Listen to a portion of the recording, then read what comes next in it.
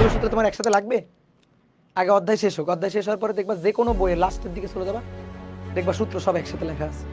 তাহলে সেম একইভাবে সূত্রগুলো লেখা যায়। তাহলে গড় বেগ তখন হবে V bar del S by del T, total সরণ বাই টোটাল সময়। কল্পনা শক্তি বাড়াবা, নিজে বোঝার ক্ষমতা বাড়াবা। কেন হলো? ও আচ্ছা, এই কারণে হলো, নিজে বুঝে যাবে, দেখবা খুব মজা। সময় ব্যবধান শূন্যের কাছাকাছি নিয়ে গড় দ্রুতি হিসাব করলে তাৎক্ষণিক দ্রুতি পাওয়া যায়। সময় ব্যবধান শূন্যের কাছাকাছি নিয়ে হিসাব করলে এক্সাক্ট মানটাই পাওয়া যায়।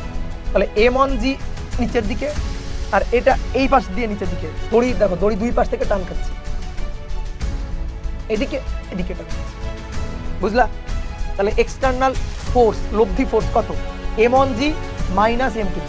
তো তাৎক্ষণিক দ্রুতি পাওয়ার জন্য আমাদের কি করতে হবে? তাৎক্ষণিক দ্রুতি পাওয়ার জন্য খুবই ক্ষুদ্র সময় ব্যবধান, 10 মিনিট পুরো সময় নেওয়া যাবে না।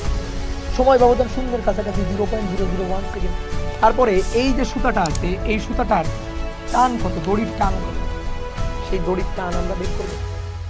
আর এই পুলির উপর প্রযুক্ত মোট বল, এই যে এই দড়িটাতে প্রযুক্ত মোট বল কত, সেইটা আমরা হিসাব নিকাশ করব। একটু আগে কি বললাম? কৌণিক সরণ আর কৌণিক দূরত্বের মান সেম।